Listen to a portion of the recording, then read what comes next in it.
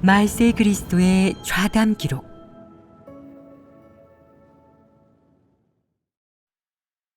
성품을 아는 것은 성품 변화의 기초이다. 사람은 사탄에 의해 너무 깊이 폐괴되어 모두 사탄의 본성과 교만한 성품을 지니고 있다. 바보와 멍청이조차도 모두 매우 교만해 자신이 다른 사람보다 낫다고 여겨 승복하지 않는다. 여기에서 사람이 깊이 폐괴되어 하나님에게 순종하기 어렵다는 것을 알 수 있다. 사람은 교만과 독선 때문에 비이성적으로 변해 누구에게도 승복하지 않는데 설령 다른 사람의 말이 맞고 진리에 부합해도 승복하지 않는다.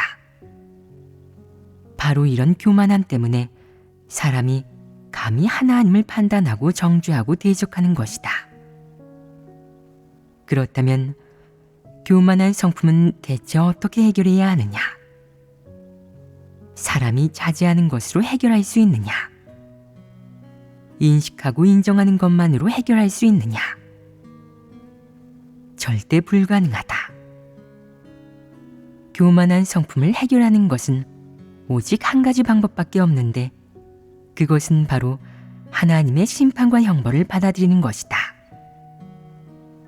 진리를 받아들일 수 있는 사람만이 점차적으로 교만한 성품을 벗어버릴 수 있고 진리를 받아들이지 않는 사람은 영원히 교만한 성품을 해결하지 못한다. 내가 본 바에 의하면 본분을 이행하는 많은 사람들이 능력이 좀 있으면 교만해지고 특기가 있으면 자기가 대단한 줄 알고 경험에만 의지하며 현 상태에 안주한다. 다른 사람이 뭐라고 해도 듣지 않고 자신이 갖고 있는 보잘것없는 그것이 바로 진리이고 지극히 높다고 생각하는데 이는 무슨 성품이냐? 이것이 바로 교만한 성품이다. 그런 사람은 지나치게 비이성적이다. 교만한 성품을 갖고 있는 사람이 본분을 제대로 이행할 수 있겠느냐? 하나님에게 순종하고 끝까지 하나님을 따를 수 있겠느냐? 이는 더 어렵다. 교만한 성품을 해결하려면 반드시 본분을 이행하면서 하나님의 사역, 하나님의 심판과 형벌을 체험할 줄 알아야 한다. 이렇게 해야만 진정으로 자신을 인식할 수 있다. 자신의 폐괴 본질과 교만의 뿌리를 꿰뚫어 본 다음 이를 분별하고 분석해야만 자신의 본성 본질을 진정으로 인식할 수 있다. 자기 내면에 폐괴된 것들을 파내어 진리의 근거에 대조하고 인식해야만 자신이 어떤 사람인지를 알 수 있다. 폐괴 성품이 가득하고 비이성적이고 순종하지 않을 뿐만 아니라 자신이 너무나 많이 부족하고 진리 실제가 전혀 없고 매우 가련하다는 것을 알 수 있는 것이다. 그러면 교만해지지 못한다. 이렇게 자신을 분석하고 인식하지 않으면 본분을 이행할 때 분별 없이 우쭐대어 자기는 뭐든 다 훌륭하고 다른 사람은 뭐든 다 나쁘니 자기가 최고라고 여기게 된다. 그런 다음 곳곳에서 다른 사람의 우러름과 숭배를 받고자 자신을 드러내니 이는 지나치게 자신을 모르는 것이다. 어떤 사람은 늘 자신을 드러내는데 다른 사람이 눈에 거슬려 그에게 교만하다고 질책하면 승복하지 않을 뿐만 아니라 자신이 능력과 수완이 있다고 여긴다. 이는 어떤 성품이냐? 지나치게 교만하고 독선적인 성품이다. 이렇게 교만하고 독선적인 사람이 진리를 갈망할 수 있겠느냐? 진리를 추구할 수 있겠느냐? 만약 계속 자신을 인식하지 못하고 폐괴의 성품을 벗어버리지 못한다면 그가 본분을 제대로 이행할 수 있겠느냐? 분명 불가능하다. 많은 사람들이 자신의 뜻에 따라 본분을 이행하고 절대 다른 사람의 건의에 귀를 기울이지 않는다. 어떤 사람이 그에게 한 가지 방안을 제공하면 그 당시에는 적어놓고 그렇게 하겠다고 약속하지만 나중에는 완전히 잊어버리고 계속 자신의 뜻대로 한다. 이는 어떤 성품이냐? 여기에 강팍함이 있지 않으냐? 사람은 다 강팍함과 교만함을 가지고 있다. 다른 사람의 말이 맞고 일리가 있을 때 사람이 양심과 이성에 따라 그 일을 대한다면 당연히 받아들여야 한다고 생각하는데 그렇다고 실행해낼 수 있느냐? 그렇다면 어떤 태도를 갖춰야 실행해낼 수 있느냐? 우선 올바른 태도를 갖춰야 한다. 그러니까 자신의 상상과 판단 또는 그릇되고 터무니없는 이해를 내려놓고 올바른 권위를 가지고 고민하고 진리를 구해야 하며 그런 다음 옳고 진리 원칙에 부합한다는 확신이 들면 받아들이고 순종해야 하는 것이다. 이것이 마땅히 갖춰야 하는 태도 아니겠느냐? 이런 태도에 교만이 있겠느냐? 교만이 없다. 이는 진지하고 책임감 있는 태도이며 진리를 받아들이는 태도이고 긍정적인 사물을 사랑하는 태도이다.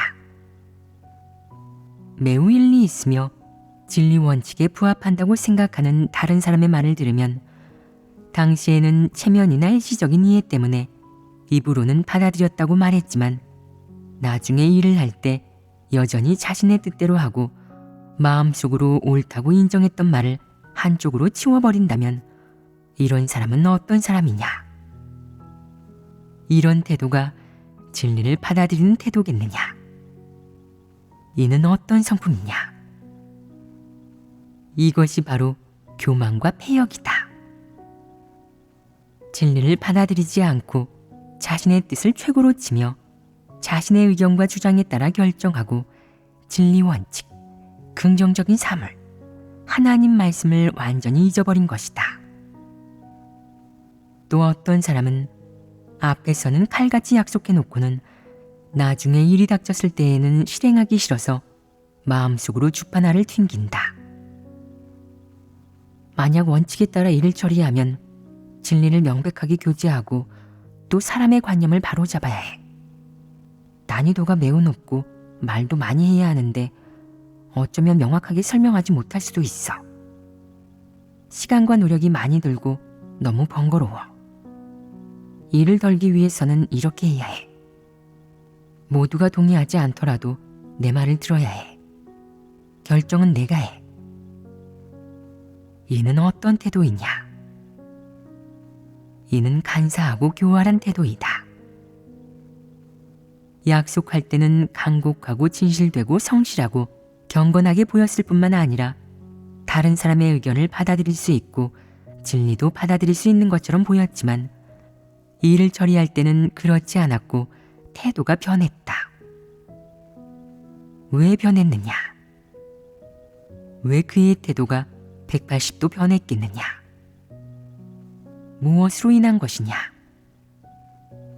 그렇게 하면 육이 너무 고생하고 번거롭다고 생각하여 마음이 내키지 않았고 그런 고생을 하기 싫었던 것이다. 그 당시에 한 맹세나 약속한 것들이 다 상관없어진 것이고 진리 원칙에 따라 일을 처리하든 안 하든 상관없어진 것이다. 자신의 육을 만족시키는 것이 가장 중요한 우선순위가 되었으며 하나님의 부탁을 맨 마지막에 두고 대수롭지 않게 여기게 된 것이다. 이는 책임을 지는 사람이겠느냐? 신용을 지키는 사람이겠느냐? 진리를 사랑하는 사람이겠느냐? 아니다. 또 어떤 사람은 일을 처리할 때 앞에서는 잘할 수 있다고 보장하며 마음 푹 놓으라고 하지만 일을 처리할 때 어려움이 닥치면 바로 한쪽으로 치워두고 포기해버린다. 이것이 신용을 중시하는 사람이겠느냐? 이것이 원칙에 따른 일처리이겠느냐? 특히 본분을 이행하고 하나님 집을 위해 일할 때에는 더더욱 진리 원칙을 고수해야 한다. 때로는 설령 자신이 손해를 보고 수치를 당한다고 하더라도 하나님 집의 이익을 수호해야 한다. 절대로 교회 사역이 손실을 입게 해서는 안 된다. 이런 사람이 하나님의 마음을 헤아릴 수 있고 늘 하나님 집을 위해 고려할 수 있는 정직한 사람이다. 간사한 사람들은 본분을 이행할 때 늘 자신의 이익을 염두에 두며 무슨 일을 하든 조금이라도 손해를 봐서는 안 된다. 하나님 집의 이익이 손해를 보더라도 그 자신은 손해를 보면 안 된다는 것이다. 하나님은 사람의 본분 이행이 과연 진리 원칙에 부합하는지 아닌지 다 알고 있다. 하나님은 사람의 마음과 생각을 감찰한다. 만약 하나님이 사람의 마음이 간사하고 사악하여 일을 할 때 육적 이익을 탐하고 진리를 사랑하지 않고 싫어하는 것을 감찰해낸다면 하나님은 이 사람을 버릴 것이다. 그렇다면 이 사람 스스로 이런 것들을 느낄 수 있겠느냐? 느끼지 못합니다. 왜 느끼지 못하느냐?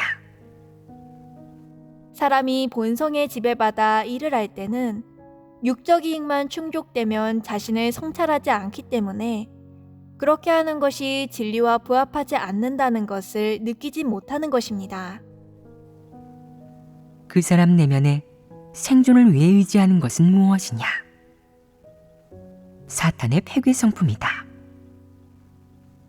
사람의 본질이 바로 사탄의 본질이다. 사람은 사탄의 성품대로 살며 자신의 허영심과 체면, 육적 이익만 지키게 된다.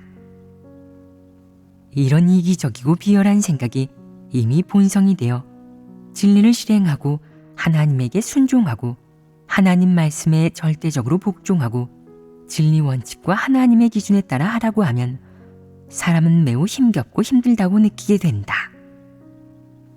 이는 어떤 문제이냐? 바로 사람이 사탄의 성품에 결박과 통제를 당해 마음속에 부정적인 것이 지나치게 많고 진리를 실행하기 너무 어렵고 쉽지 않다고 느끼는 것이다. 만약 폐괴의 성품이 정결함을 얻게 되어 진리를 깨달을 수 있고 하나님의 마음을 헤아릴 수 있다면 진리 실행에 장애물과 어려움이 없어져 힘들다고 느끼지 않게 된다. 사람이 진리를 갈망하고 받아들이는 마음이 전혀 없다면 그 사람의 내면에는 취할 만한 것이 아무것도 없다. 일이 닥칠 때마다 사탄의 철학에 따라 살 줄밖에 모르기 때문에 특히나 빈곤하고 가련하며 눈이 멀어 보인다. 즉, 사람의 내면이 너무도 가난해 아무것도 없기 때문에 죄를 이길 능력, 자신의 육을 저버릴 능력, 진리를 실행할 동력, 자신의 관점을 바꿀 결심, 하나님에게 완전히 순종하고자 하는 의지가 없다는 것이다. 그야말로 빈곤하고 가련하며 눈이 먼 것이고 아무것도 아닌 것이다. 자신의 뜻에 따라 제멋대로 나쁜 짓을 할 때는 힘이 넘치는데 하나님의 요구와 진리 원칙에 따라서는 아무것도 할 수 없다. 겉으로 보면 어떤 사람들은 말도 잘하며 지식도 있고 은사와 특기도 좀 있어 능력이 있는 사람인데 왜 빈곤하고 가련하다고 하겠느냐? 이는 어떻게 가늠하는 것이냐? 사람이 진리를 전혀 갖추고 있지 않으면 빈곤하고 가련한 것이다. 지식 수준, 은사, 특기가 진리를 대체할 수 있느냐? 사람이 진리를 깨달아 난관을 헤쳐나가도록 도울 수 있느냐? 사람이 굳게 서서 증거함으로써 하나님께 인정받을 수 있느냐? 절대 불가능하다. 사람은 무슨 일을 하든 자신의 기호, 욕망, 관념, 상상에 따라 하기를 좋아하는데 매우 즐거워하고 만족스러워하며 수월하게 느끼기도 한다. 하지만 진리를 실행하고 하나님에게 순종하려 하면 자신이 그럴 능력이 없다고 느끼고 전혀 흥미를 못 느끼고 심지어 반신불수나 마찬가지가 되어버린다. 이는 어찌 된 일이냐? 그의 마음은 어디에 있는 것이냐? 누구를 위해 봉사하는 것이냐? 은사와 지식에 따라 일을 하고 사람의 선의와 기호에 따라 일을 하면 사람의 능력이 10분 발휘되고 장깨도 많아 그야말로 기운이 펄펄 넘친다. 그런데 어째서 진리를 실행하고 진리 실제에 진입하고 진리 원칙에 따라 일을 하라고 하면 아무리 대단한 인물이라도 다들 속수무책으로 어찌할 줄 모르는 것이냐? 그 근본 원인은 어디에 있느냐?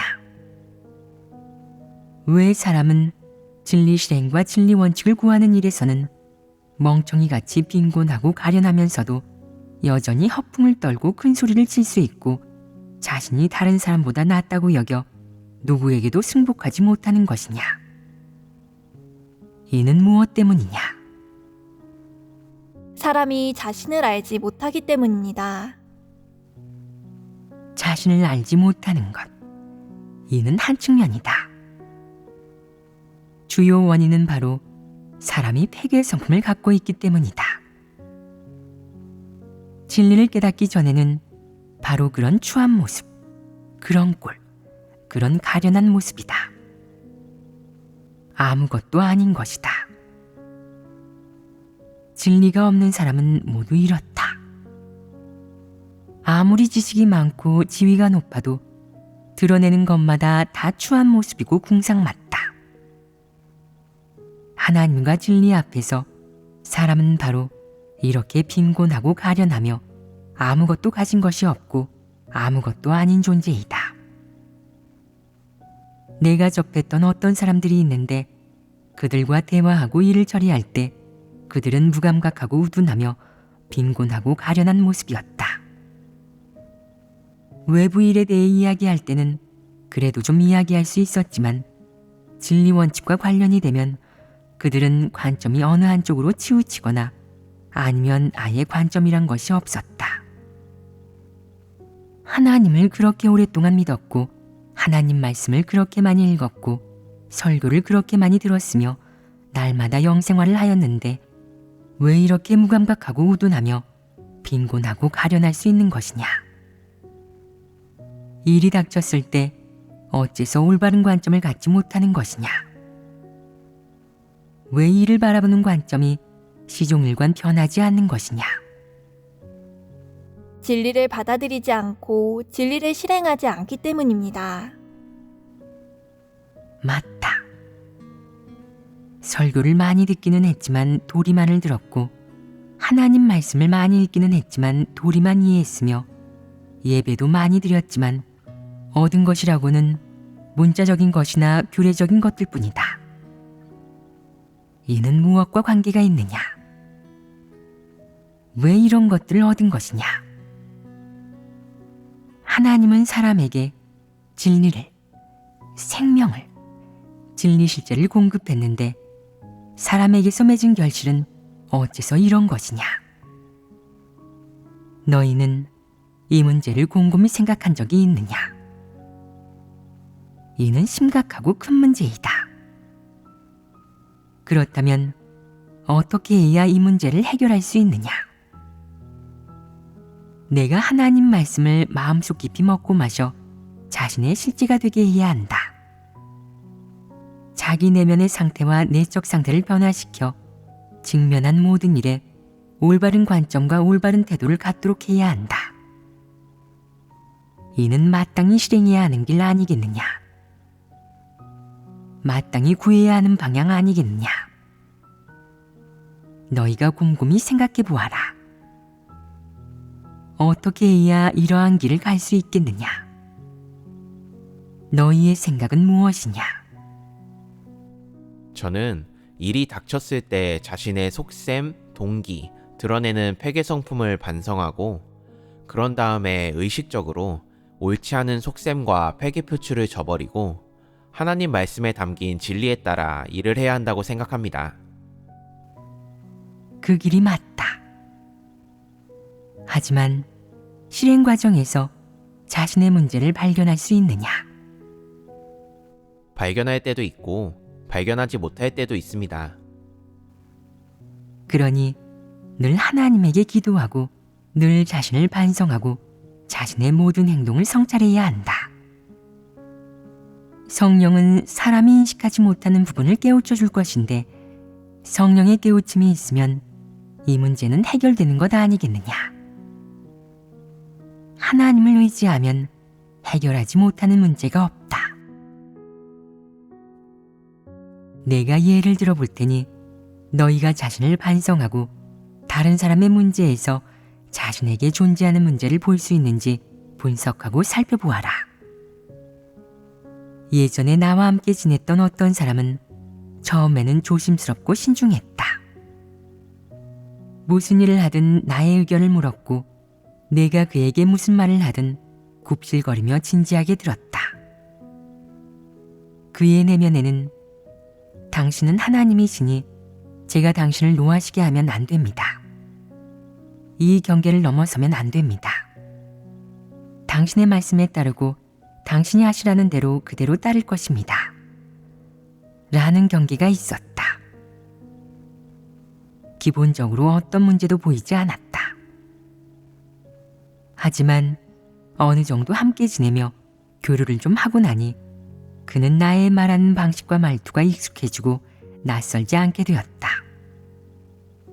그러자 그는 당신과 제가 비록 평등하지 않고 신분과 지위도 서로 비슷하지 않지만 저는 자유롭게 당신과 이야기할 수 있게 되었어요. 감추고 숨길 필요 없이 하고 싶은 말을 하게 되었어요. 라고 생각했다. 시간이 흘러 사람과 하나님의 이런 관계가 깨졌을 때 그는 생각했다. 저는 당신이 어떤 성격인지 알게 되었고 당신이 어떤 사람인지 이해하게 되었어요. 어떤 일을 해야 당신이 화를 내지 않고 저를 책망하지 않는지 알기 때문에 책망받을 일은 피하고 하지 않아요. 설령 했다 하더라도 당신에게 안 보이게 하고 모르게 하죠. 당신이 알면 안 되니까 당신과 가까운 사람에게는 제가 몰래 한 일을 말하지도 않아요. 이렇게 하면 당신이 모르지 않겠어요? 모르면 저를 책망하지 않지 않겠어요? 그럼 제가 체면이 깎이고 고통을 겪을 필요 없잖아요? 얼마나 좋아요. 당신이 하라는 다른 것은 여전히 그대로 따르고 순종하겠습니다. 하지만 저도 상대적인 자유가 필요해요. 이는 문제가 생긴 것 아니겠느냐. 여기에 사람의 간사한 마음이 있지 않으냐. 사람은 남 앞에서든 하나님 앞에서든 늘 자기 내면 깊숙한 곳에 있는 남들에게 알리고 싶지 않은 일을 숨기려 하는데 이런 마음가짐과 성품이 바로 간사함이다. 사람이라면 다 가지고 있다. 여기에 또 다른 성품이 있는데 그것은 바로 교만함이다. 어디에서 교만함이 나타났느냐? 그는 마음속으로 생각했다. 원래 당신도 이렇게 잡담하고 이야기를 하시는군요. 당신이 말씀하시는 것도 별로 대단하지 않으시네요. 당신은 그저 이런 말씀만 할 줄 아시는 거죠. 제가 당신과 친해지면 제가 당신보다 말을 더 잘할 거예요. 당신은 이런 옷을 입으시나요? 제가 당신보다 더 잘 꾸미고 예뻐요. 당신은 그저 저보다 진리를 더 갖추고 있을 뿐이죠. 그러니 시간이 흘러 친해지면 제가 감히 거침없이 편하게 이야기할 수 있을 거고 또 하는 말이 틀리지 않을 거예요. 이는 교만함이 아니냐. 이는 두 가지 성품이다. 여기에 또 숨겨진 성품이 하나 있는데 너희는 발견했느냐? 사람이 하나님 앞에서 교만함과 간사함을 드러내고 외식할 때 마음 깊은 곳에 의식이 있느냐? 이 의식이 있을 때 사람은 어찌하느냐? 자제하느냐?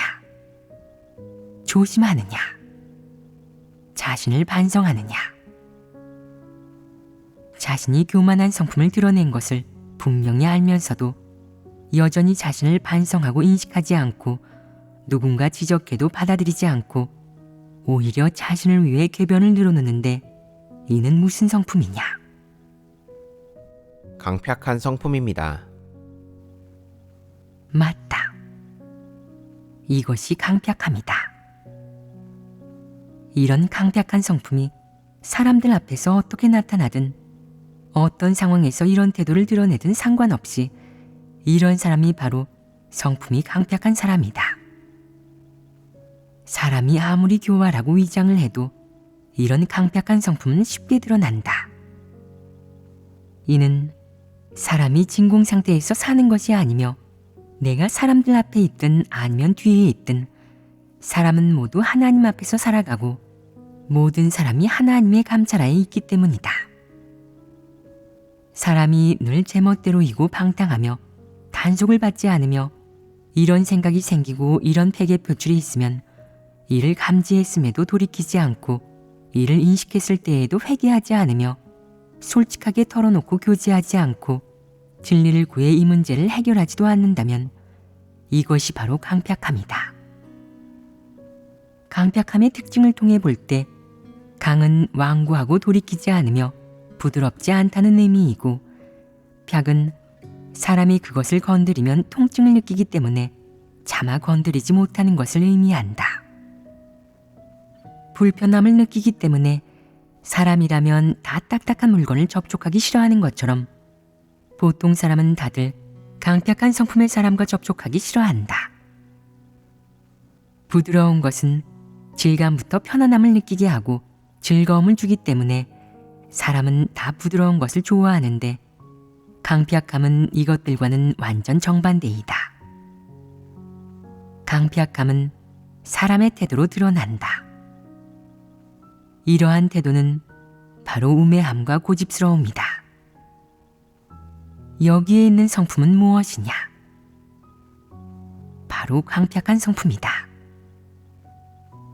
일이 닥쳤을 때 비록 의식이 있거나 또는 이것이 좋지 않고 옳지 않은 태도라는 것을 어렴풋이 느꼈을지라도 강팍한 성품에 지배받아 다른 사람이 발견한들 어쩌겠어? 난 원래 이래. 라고 생각한다면 이는 무슨 태도이냐?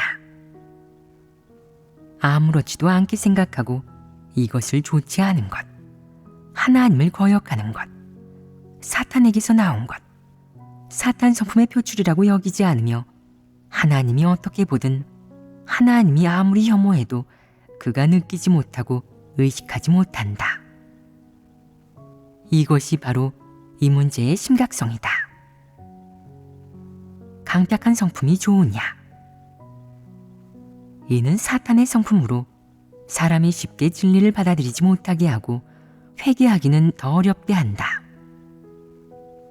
사탄의 성품에 속하는 것들은 모두 부정적인 사물로 하나님이 모두 증오하는 것이고 긍정적인 것이 없는 것이다. 방금 간사함, 교만함, 강팍함 이 세 가지 성품을 이야기했는데 이 세 가지 성품은 모두 치명적이다. 만약 사람에게 교만함과 간사함 또는 강팍함을 드러낸다면 이는 단지 성품과 인성이 나쁜 것이다. 하나님에게 교만함, 간사함, 강팍함을 드러낼 수 있다면 이는 하나님을 대적하는 태도로 하나님의 성품을 거스르기 쉽다. 회개하지 않으면 매우 위험해진다. 내가 사람 앞에서 이런 성품을 드러낸다면 사람들은 다들 대수롭지 않게 여기지만 만약 내가 하나님 앞에서도 여전히 이런 폐괴의 성품을 드러낸다면 그것은 바로 하나님을 대적하는 것이며 하나님의 성품을 거스르게 되는 것이다. 비록 의도적이거나 고의로 한 것은 아니지만 사탄 본성의 지배를 받아 자신도 어쩔 수 없는 것이다. 그러니 폐괴의 성품을 드러낼 때 자신을 반성하지 못하고 진리를 사용해 해결하지 못한다면 조만간 병이 되고 일단 고질병이 재발하면 아주 골치 아파진다. 만약 여러 차례 하나님의 성품을 거스른다면 틀림없이 도태된다. 방금 든 예에서 그 사람의 행동에는 또 어떤 성품이 있느냐? 진리를 싫어하는 성품이 있습니다. 그 사람이 진리를 싫어하는 것을 어떤 일을 통해 알 수 있느냐? 겉으로 볼 때 그 사람은 진리를 사랑하며 하나님이 하라고 요구한 것, 자신의 본분, 교회 사역 범주 내의 일이라면 모두 마다하지 않았는데 어째서 진리를 싫어한다고 말하는 것이냐? 그는 한 번도 진리를 구한 적이 없기 때문입니다. 진리를 구한 적이 전혀 없다는 것, 이는 명확한 증거이다. 그렇다면 세부적인 면에서 어떤 모습들이 그가 진리를 싫어한다는 것을 보여줄 수 있느냐? 하나님의 요구와 그 자신의 뜻이 상충할 때 그는 하나님의 뜻을 구하지 않고 자신의 뜻을 따르는 것을 선택했습니다. 이것이 바로 세부적인 면이다. 진리를 싫어하는 성품은 주로 어디서 나타나느냐? 긍정적인 사물을 봤을 때 그는 진리로 가늠하지 않고 무엇으로 가늠하느냐? 그는 사탄의 논리로 가늠하여 그 일이 멋지게 행해졌는지, 형식은 어땠는지, 기세는 어땠는지를 본다. 그는 사탄이 사람을 가늠하는 방식, 즉 이방인이 사람을 가늠하는 방식과 원칙으로 모든 것을 가늠한다. 그는 일을 할 때 진리를 구하지 않으며 무슨 일을 하든 출발점은 모두 자신의 상상과 관점이고 진리는 한쪽 구석에 내버려 둔 채 자신이 파악하고 있는 처세술과 지식으로 가늠한다. 무슨 일을 하든 다 이렇게 한다. 그는 사람의 관점과 사탄의 논리로 가늠하는데 이리저리 가늠해봐도 그의 눈에는 어느 누구도 자신만 못하고 그 자신이 가장 훌륭하다.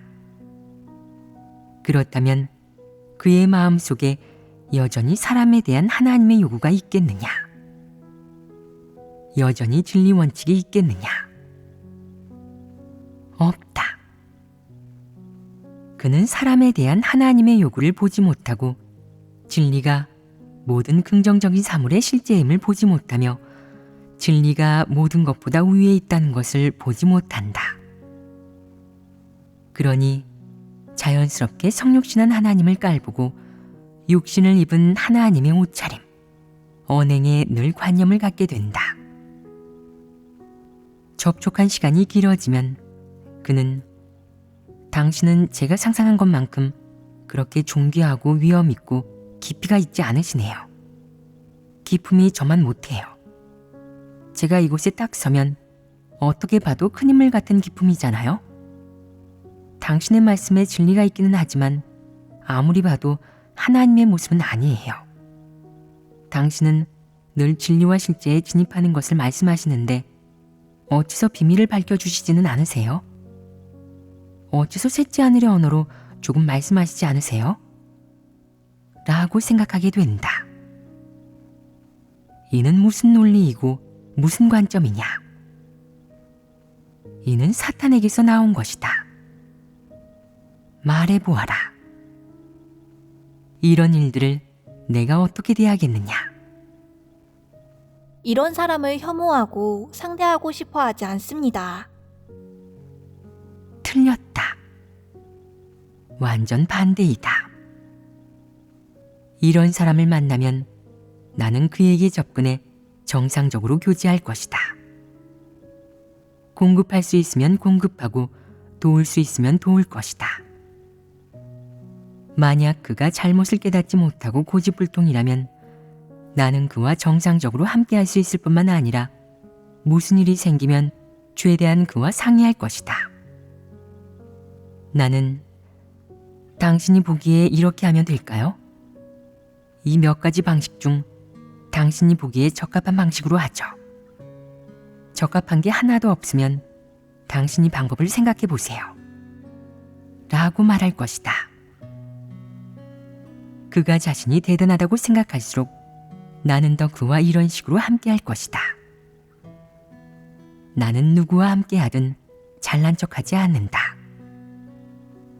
만약 높고 낮은 의자 두 개가 있다면 높은 의자에 그가 함께하고 나는 낮은 의자에 앉아 고개를 들고 그와 말을 할 것이다.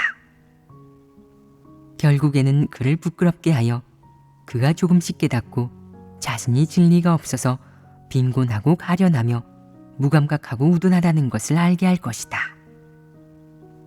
이런 방식은 어떠하냐? 그럼 내가 그를 상대하지 않는다면 그에게 좋겠느냐? 사실 이것도 틀리지는 않다. 하지만 그에게 별로 도움이 되지 않는다. 만약 그가 하나님 믿는 일에 진심과 인성이 좀 있다면 굳이 할 수 있으니 그를 상대하는 것도 괜찮다. 결국 언젠가 그가 진리를 깨닫게 되면 스스로 낮은 의자를 선택해 앉을 것이며 거만하지 않게 될 것이다. 만약 그를 상대하지 않는다면 그는 영원히 그렇게 무지하고 어리석을 것이다. 늘 어리석은 말을 하고 어리석은 일을 하는 빈곤하고 가련한 사람, 어리석은 사람일 것이다. 이것이 바로 진리를 추구하지 않는 사람의 추한 모습이다. 긍정적인 사물을 보면 마음속으로 깔보고 멸시하며 다른 사람이 정직하고 사랑하는 마음이 있으며 늘 진리를 실행하지만 간혹 지혜가 부족한 것을 보면 마음속으로 업신여긴다. 이런 사람을 무능하고 못났다고 생각하고 역시 자기가 영리하고 따질 줄 알며 권모술수에 능하고 수완도 있고 은사도 있고 하기도 잘하고 말도 잘한다고 생각한다. 그는 이런 사람이야말로 하나님이 구원하는 대상이라고 생각하지만 완전히 정반대이다. 이런 부류의 사람이 바로 하나님이 싫어하는 대상이다. 이는 바로 진리를 사랑하지 않고 진리를 싫어하는 사람의 성품이다.